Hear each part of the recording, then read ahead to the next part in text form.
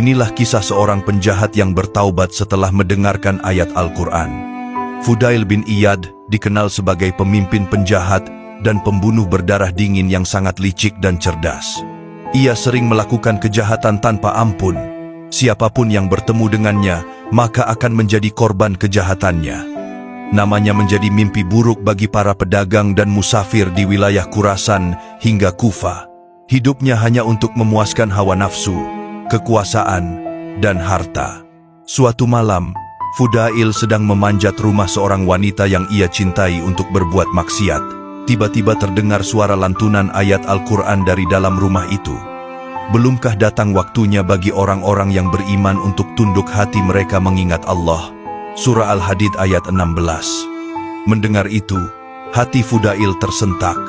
Bacaan itu menusuk ke dalam jiwa yang selama ini jauh dari kebenaran. Ia terduduk menangis. Dalam hatinya ia berkata, "Ya Allah, apakah ini peringatan untukku?" Saat itu juga, Fudail berjalan tanpa arah, meninggalkan niat buruknya. Ia masuk ke sebuah masjid tua, duduk di pojokan, dan menangis penuh penyesalan. Tak lama kemudian, orang-orang mulai datang ke masjid untuk melaksanakan sholat subuh. Saat mereka masuk, mereka ketakutan melihat sosok Fudail bin Iyad berada di pojokan masjid. Semua orang ketakutan.